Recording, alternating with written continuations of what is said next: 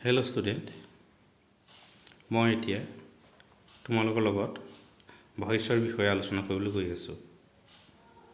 আমি ভইচৰ বিষয়ে ইতিমধ্যে প্ৰথম ভাগত আলোচনা কৰিছিলোঁ। ভইচৰ বিভিন্ন নিয়মসমূহ আৰু লগতে টেন্সৰ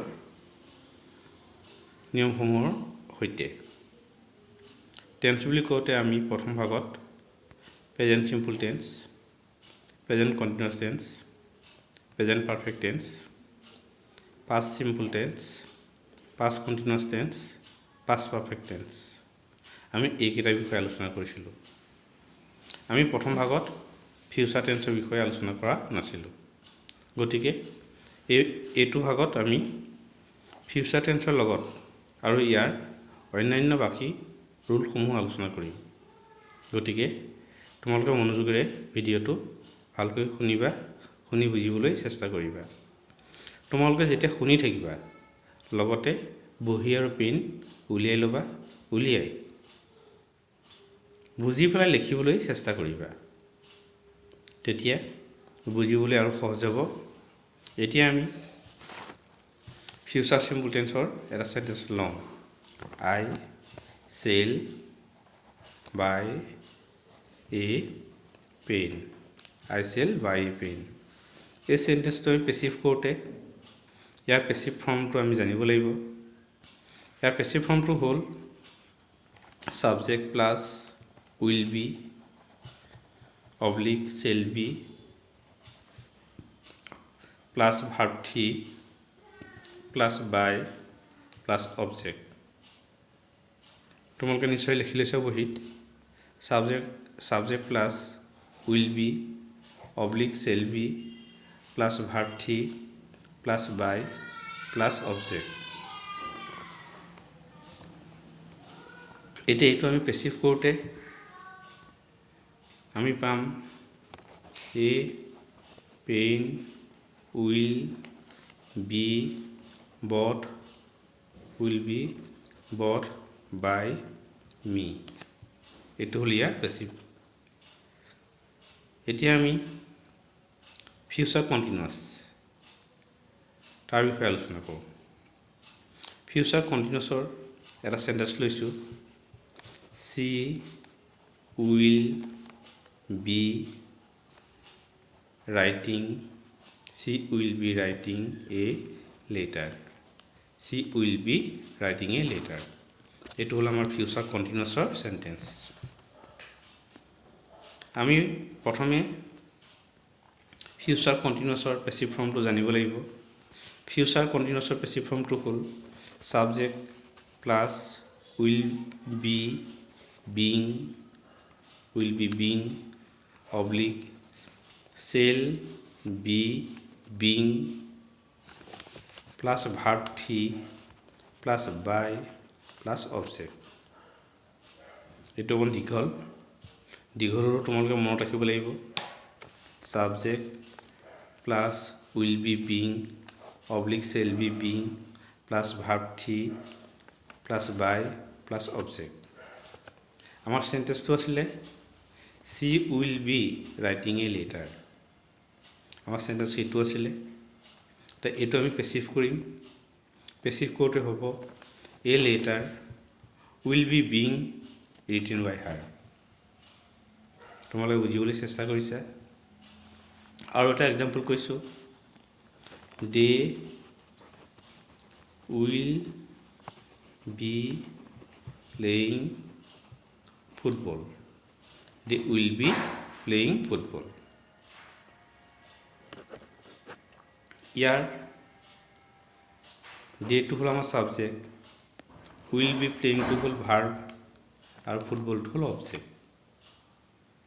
গতিকে football will be being played by them.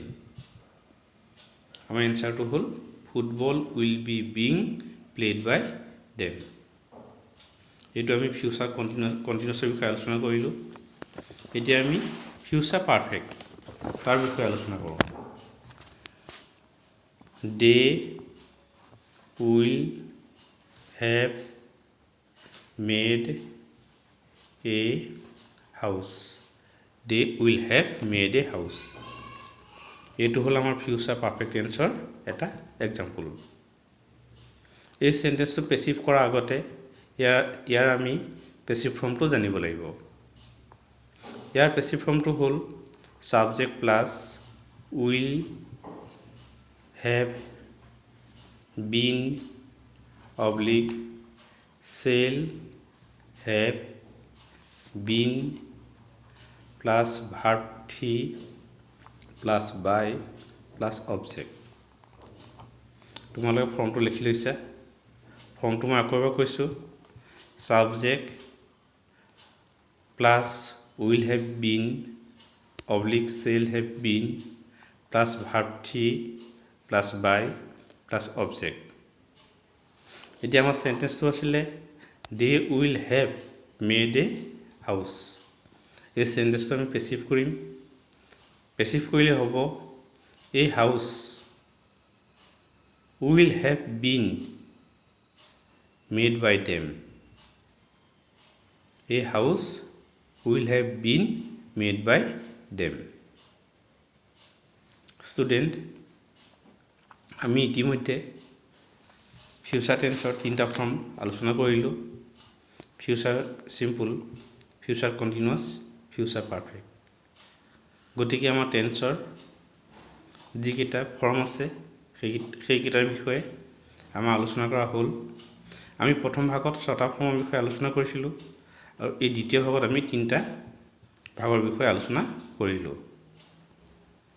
এই টেন্সৰ ফৰ্মকেইটা আমি ভালকৈ মনত ৰাখিব লাগিব, কিয়নো আমি যিমানবোৰ সেন্টেন্স পাম এই 9টা ফৰ্মৰ ওপৰতে থাকিব।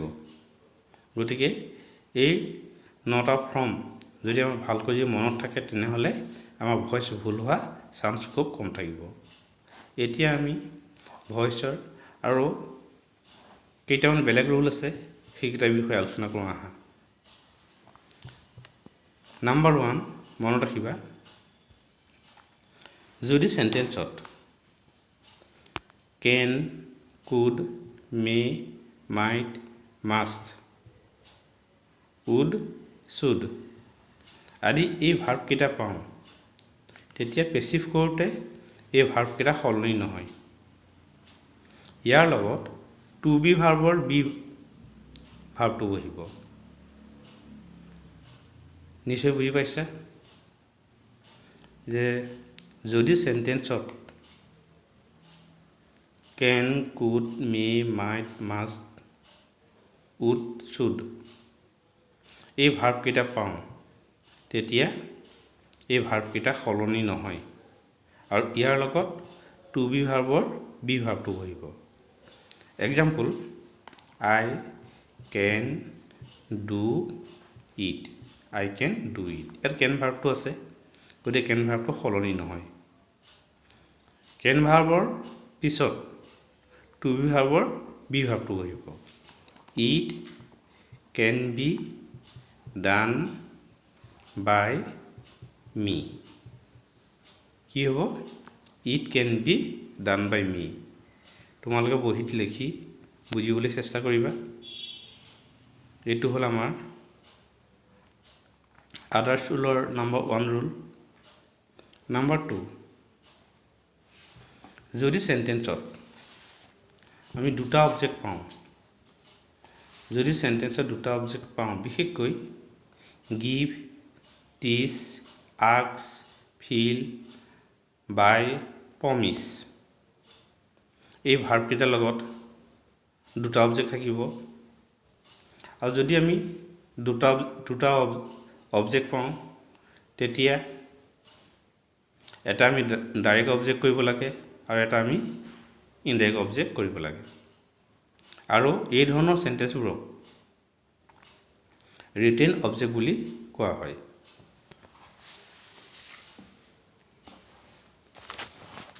দুটা অবজেক্ট থকা সেন্টেন্সবোৰ কৰোঁতে আমি এটা কথা মনত ৰাখিব লাগিব যে ইয়াৰ যিকোনো এটা অবজেক্ট আমি সাবজেক্টৰ স্থানলৈ আনি ইটো অবজেক্ট আমি তাৰ নিজৰ স্থানতে ৰাখিব লাগিব। যেনে আই গিভ হিম এ পেন। এই সেন্টেন্সত দুটা অবজেক্ট আছে, হিম আৰু এ পেন। আমি ইয়াৰ যিকোনো এটা অবজেক্ট আমি সাবজেক্ট হিচাপে আনিব পাৰোঁ। প্ৰথমে আমি হিমটো আনিলোঁ। হিমটো আনোতে হি হ'ল, he is given a pen by me. আমি হিমটো আনোতে এইদৰে কৰিলোঁ। এতিয়া আমি এ পেনটো আনো।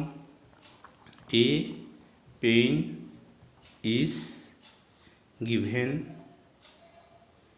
হিম বাই মি। তোমালোকে নিশ্চয় বুজি পাইছা। এতিয়া আমি আৰু এটা বেলেগ ৰুলৰ বিষয়ে কওঁ। এইটো হ'ল, তোমালোকক প্ৰথমতে মই কৈ আহিছিলোঁ যে পেচিভ কৰোঁতে ৰুল নম্বৰ 4 আছিলে। পেচিভ কৰোঁতে মেইন ভাৰ্বৰ পিছত বা ভাৰ্ব 3 পিছত আমি বাই, এড, উইথ, টু আদি প্ৰিপজিশ্যন বহুৱাম। আমি বাইৰ বিষয়ে ইতিমধ্যে আলোচনা কৰি আহিছোঁ, কিন্তু কোনো কোনো সেন্টেন্সত আমাৰ বাই প্ৰিপজিশ্যন নবহে। তাত আমি টু, এড, উইথ আদি প্ৰিপজিশ্যন বহাব লাগে। যেনে আই ন' হিম।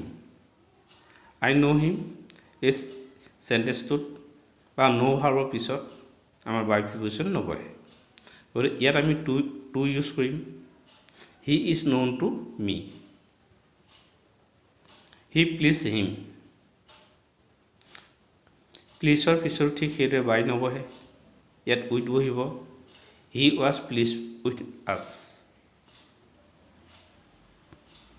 ইয়ৰ কণ্ডাক্ট ছাৰপ্ৰাইজ মি। ছাৰপ্ৰাইজৰ পিছত ঠিক বাই নবহে, ইয়াত আমি এড বহুৱাম। I was surprised at your conduct. গতিকে এইকেইটা তোমালোকে মনত ৰাখিবা। Know', please, conduct, vex, amaze, astonish আদি যদি ভাৰ্ব পোৱা, তাৰপিছত বাই প্ৰিপজিশ্যন নবহাবা। ইয়াৰ লগত আমাৰ এপ্ৰপ্ৰিয়েট প্ৰিপজিশ্যনৰ যিটো প্ৰিপজিশ্যন হয়, বিশেষকৈ টু, এড, উইথ যিটো আছে সেইটো বহাবা। ন' লগত টু হ'ব, প্লিজৰ লগত উইথ হ'ব, ছাৰপ্ৰাইজৰ লগত এড হ'ব, ভেক্সৰ লগতো এডেই হ'ব। সেইদৰে ব্যৱহাৰ কৰিবা। এতিয়া আমি ইয়াৰ নেক্সট ৰুলটো আলোচনা কৰোঁ। নেক্সট ৰুলটো হ'ল ইম্পাৰেটিভ সেন্টেন্স। ইম্পাৰেটিভ সেন্টেন্সবোৰ পেচিভ কৰোঁতে প্ৰথমে আমি লেট ভাৰ্বটো ল'ব লাগে। LET let. প্ৰথমে আমি লেট ভাৰ্বটো ল'ব লাগে আৰু টু বি ভাৰ্বৰ বি ভাৰ্বটো ল'ব লাগে। Example, do the work. Do the work. এই সেন্টেন্সটো পেচিভ কৰোঁতে let the work be done.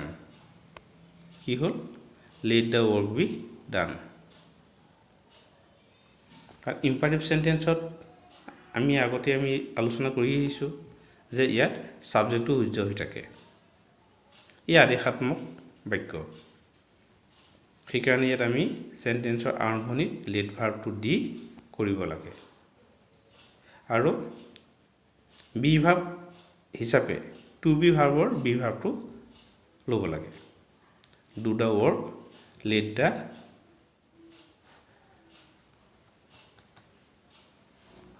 Work, late the work be done.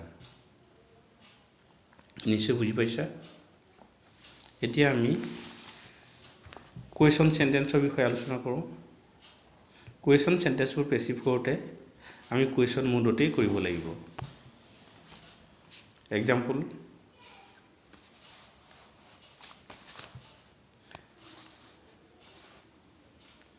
Has he not done it এই সেন্টেন্সটো কুৱেশ্যনত আছে আৰু আমি পেছিভ কৰোঁতে কুৱেশ্যন মুডতে কৰিব লাগিব has it not been done by him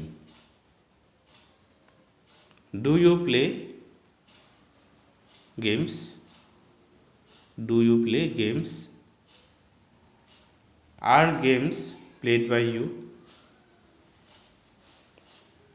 who broke the glass by whom was the glass broken গতিকে আমি ইন্টাৰোগেটিভ সেন্টেন্সবোৰ পেছিভ কৰোঁতে ইন্টাৰোগেটিভ মোডতে কৰিব লাগিব